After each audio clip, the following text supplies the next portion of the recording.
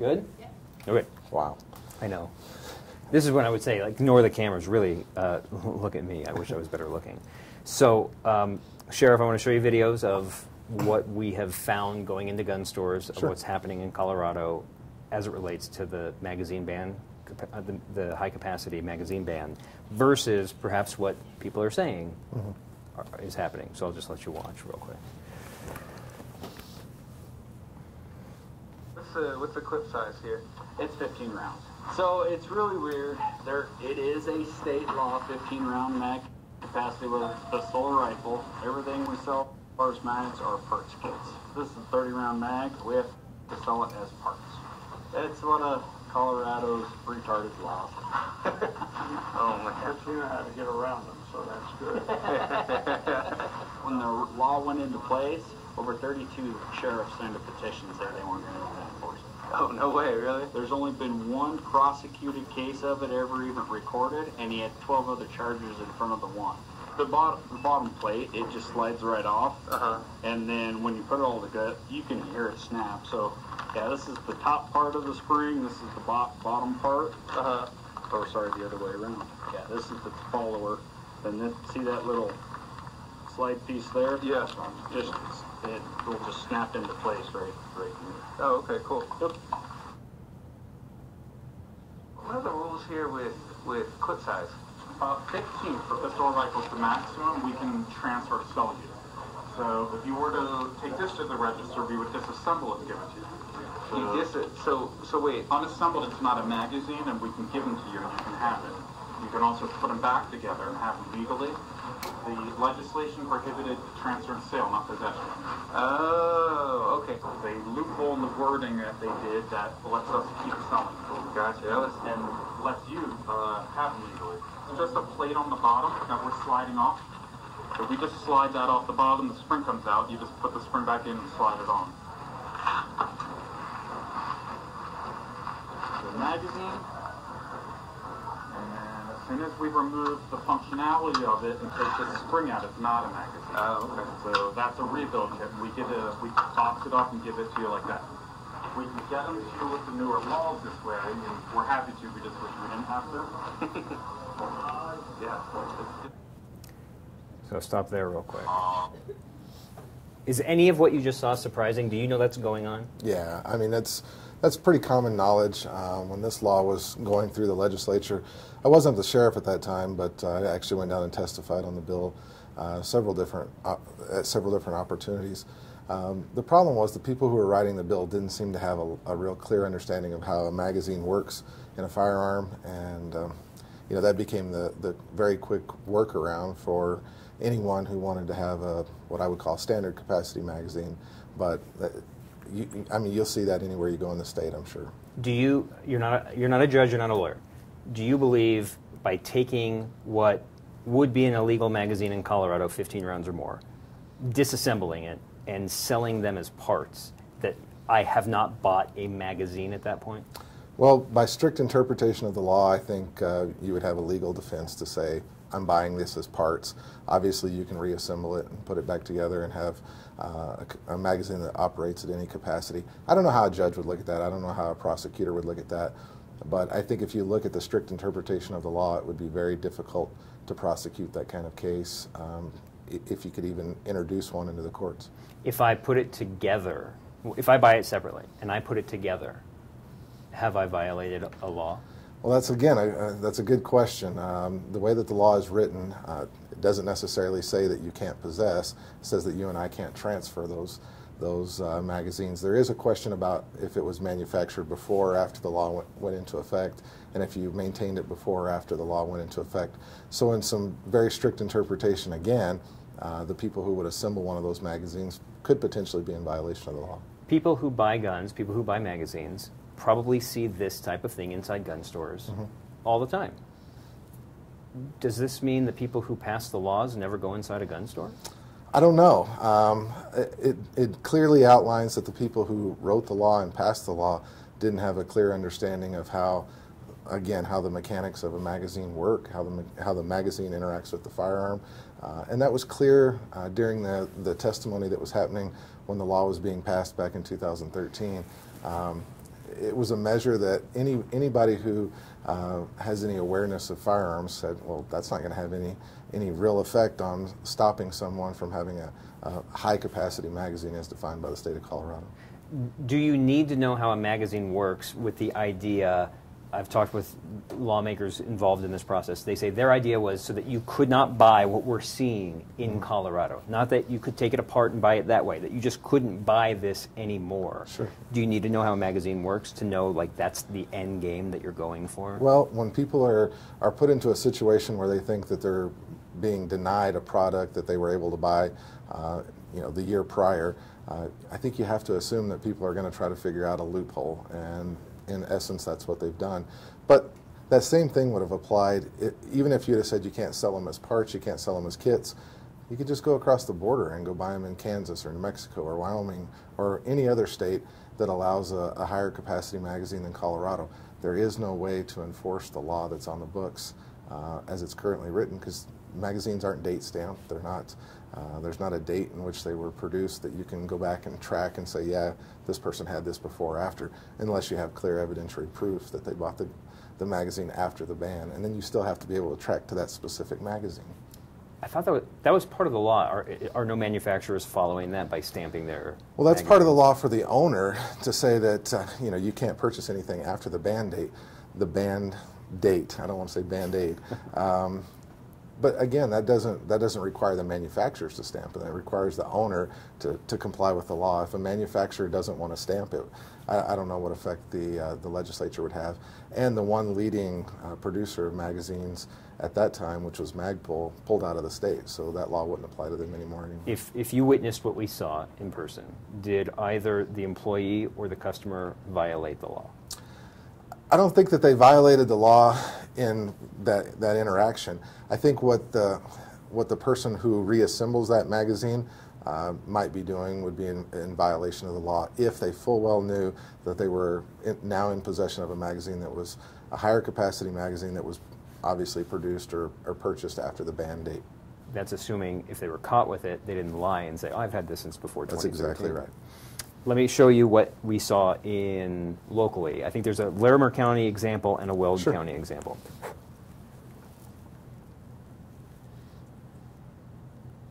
I guess I have to reopen this thing. Come on now. You know our secret code. Oh, don't do that to me.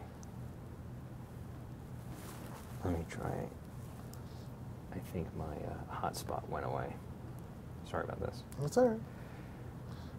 You're the one holding the iPad. It's pretty heavy. This thing is huge. Let's try that again.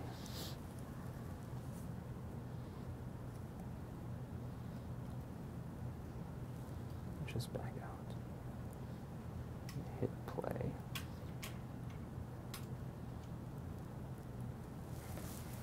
Refresh, perhaps. So we're waiting for. There we go. Let me just make sure it's still connected. It is.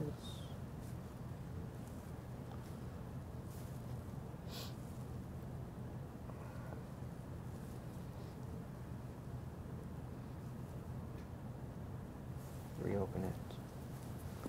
Try that again.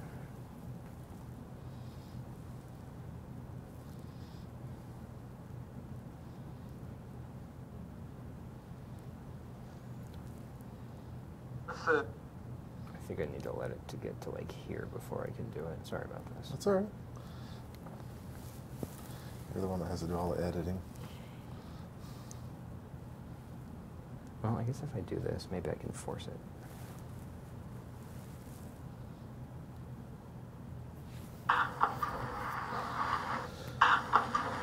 The magazine. So Larimer County and then Weld County. Sorry Okay. about- yeah. Am I glaring it for you? No, Sorry. you're good. Okay.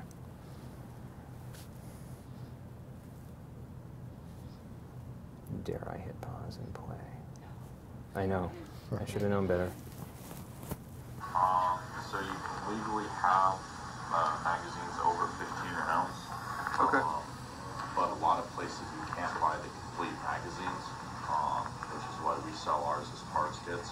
All we do is we literally just pop this off inside the bag and then you walk out the door. Okay. This completely out. You just take the spring. That's it. It's real stupid simple. It's the law. You're not legally allowed to sell the assembled magazines, which is stupid because, you know, a monkey could put it back together again. You could literally drive 30 minutes north into Wyoming and buy them. And it's perfectly legal to own them. But, you know, Colorado legislatures, like, literally we get shipments of bulk P-Max in and then they're gone within like 2 days. These, we literally just take a piece off like that. Okay. That's it. Power does have technically has a magazine ban in place.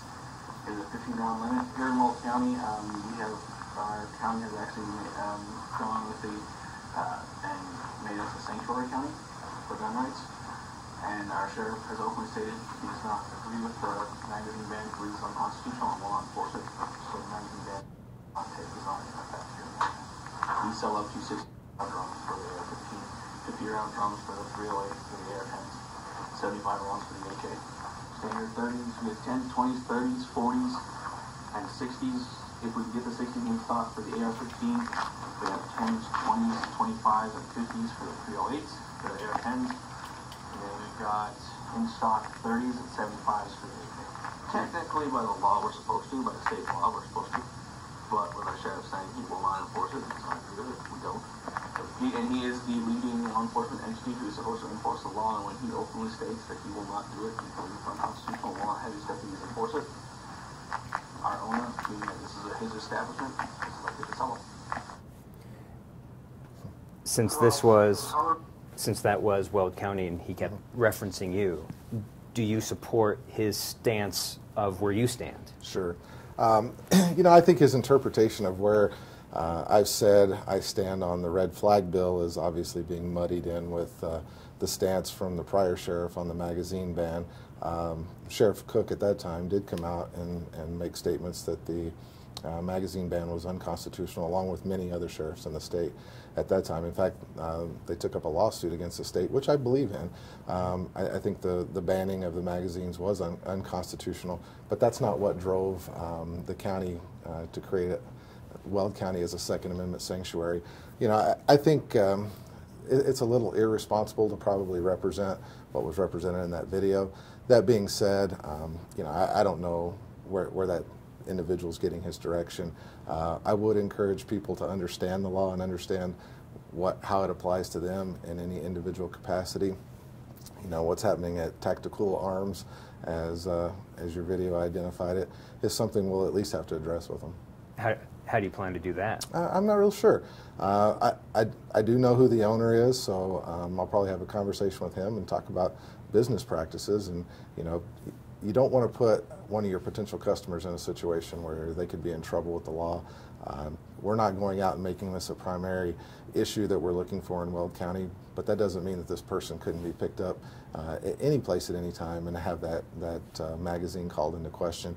And the information they were given in that video looks as if it's a little misleading as to how the law applies to an individual, and also how and what the Second Amendment sanctuary county adoption meant here in Weld County. There's video we have of, I can show it to you if you want, of El Paso County, similar thing where they say, we sell it to you pre-assembled, unaltered. Sure. So it's not just this one place that we saw in Weld County. Did this store, did you just see a crime perhaps happening? Again, I don't know if you can call that a crime. It's upon the reassembly and the possession of that magazine. Is he giving information that could lead someone to commit a crime? Potentially. Is it a crime that, you know, a magazine in and of itself being a higher capacity than allowed by law, is that something that's overtly dangerous? I guess it depends on the circumstances, but I think that's something that all these gun stores need to at least take into consideration. If they sell something as a parts kit and someone else has a pre-existing magazine and they want to interchange parts, there is no punishment under the law by doing that if they own those magazines prior to the ban. But the way in which this is being worded, it is pretty misleading as to what the law states versus how you can, quote unquote, work around it. If here or in El Paso County, if I walk out of there with a 60-round magazine from where you sit, and if you knew that, would you do something about that? You know, I can't say yes or no for certain on that. I guess it would be, it would take an interaction with that potential customer and say, okay, what are you doing? Why are you doing it? Do you know that you could possibly be in violation of the law? What was your intent? But at the end of the day, that's kind of one of those things where, you know, what did they know? What were they led to believe? Ignorance of the law is not an absolute pass of the law, but sometimes the best thing we can do in law enforcement is educate people as to what their potential violation might have been and let them correct themselves. Do you draw a distinction between selling something that would clearly be in violation of the law if it was fully assembled, more than 15, versus the idea of a parts kit? I do draw a distinction because the law allows for that. And, you know, we have to look at, okay, where are the ins and outs of this particular law? I'm not saying that it's the best way of doing business for anybody, but there is a distinction that allows for it. It seems like in different stores we heard the same narrative, not necessarily that Weld County one.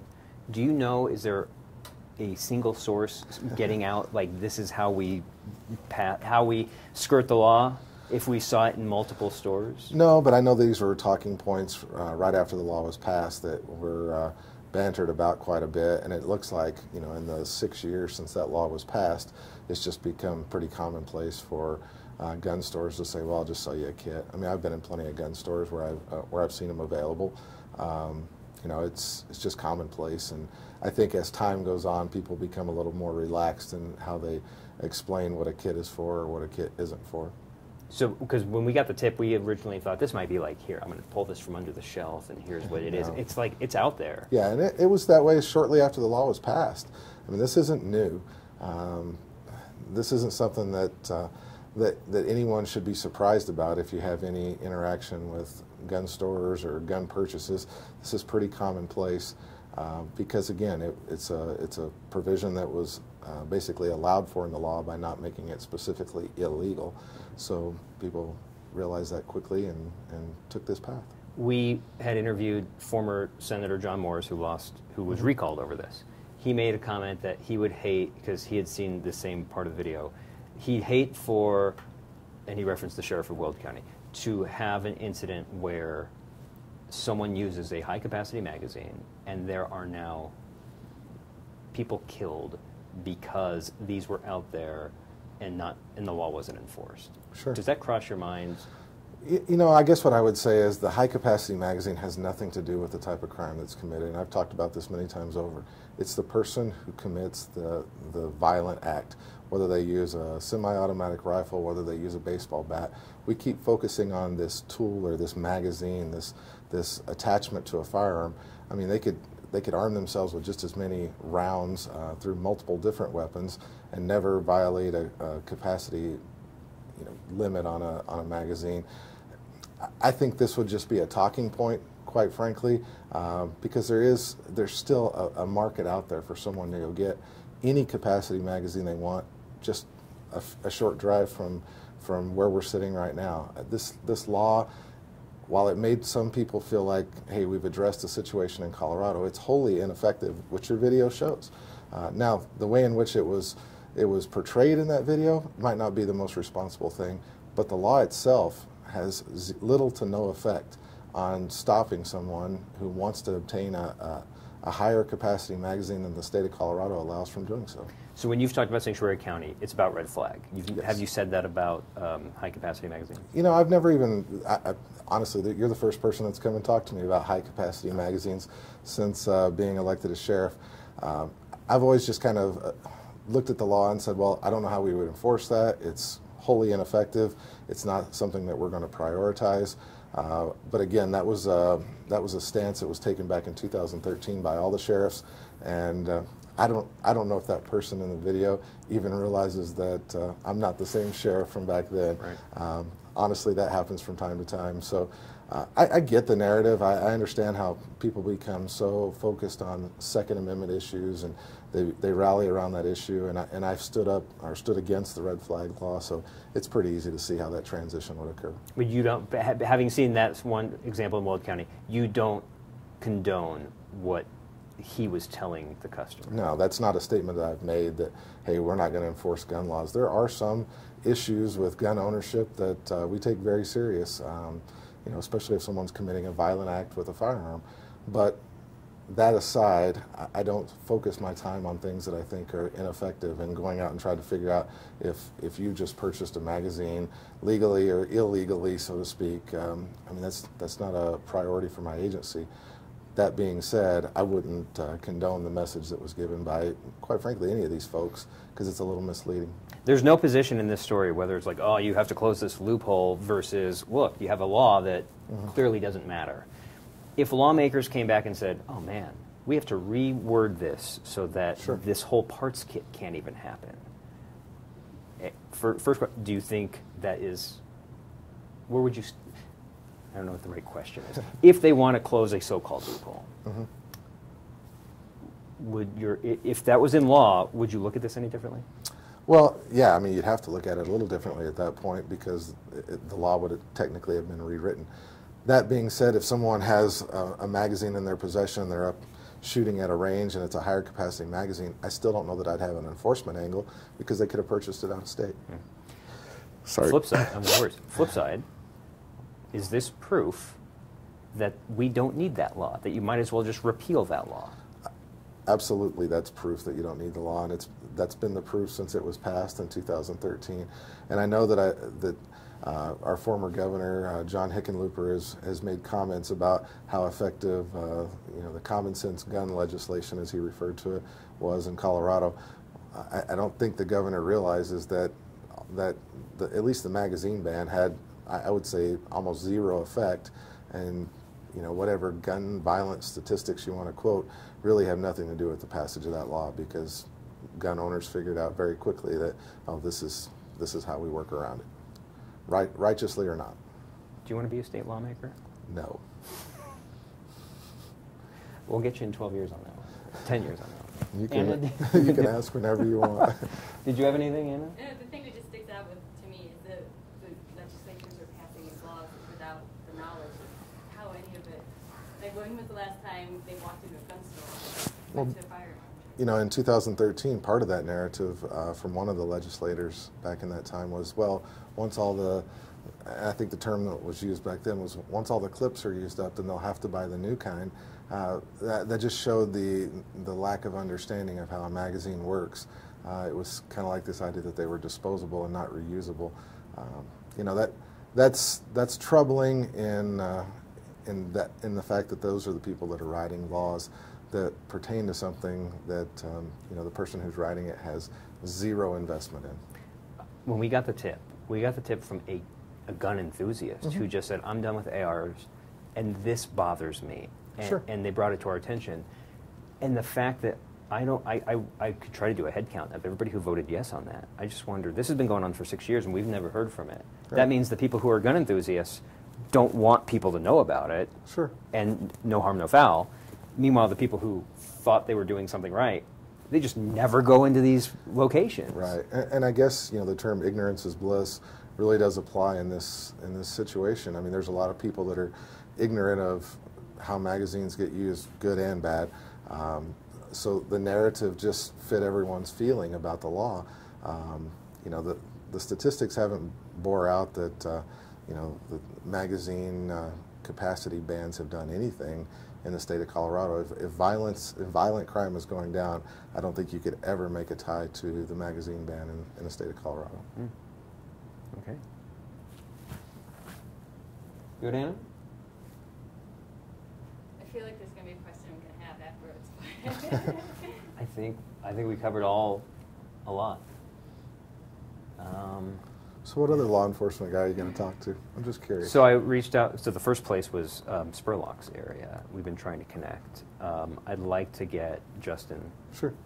His schedule has been booked according to David Moore, but I'm still trying. Sure. Trying to get Hickenlooper. I mean, everybody that, he's the one that's kind of dodgy right now. Well, it's a hot topic, and you know, unfortunately, it was just a matter of time before this became a story. And I remember when this law got passed, I'm like, you know, this is one of those things that in 2 or 3 years is going to come up again, and people are going to go, well, I thought we fixed that. And even if you do, as you said, come back and do a correction, 2 or 3 years later, someone's going to go, I thought we fixed that. Because there's not really, that's not a fix. But I'm not even, like I said, this story is not to say you need to fix this. It's equally, do you need to fix something, or do you just need to get rid of it? Because it's a joke right now. Your last question was perfect. You know, if it's not doing anything now, does it just prove the point that you don't need it? And I'd say yes.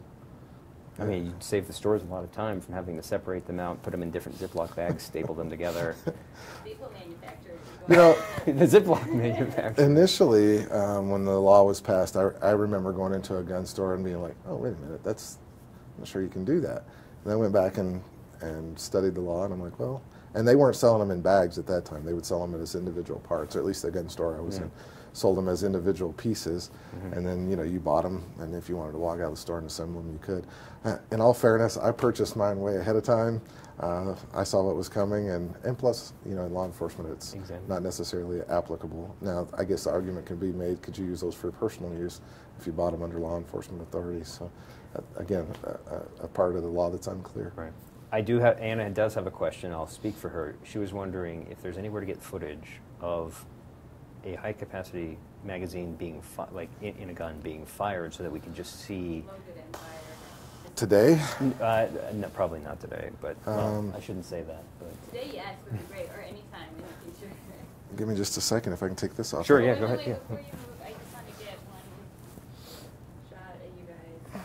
I'm sure I could get a couple of my guys to run out and fire their AR-15s for you.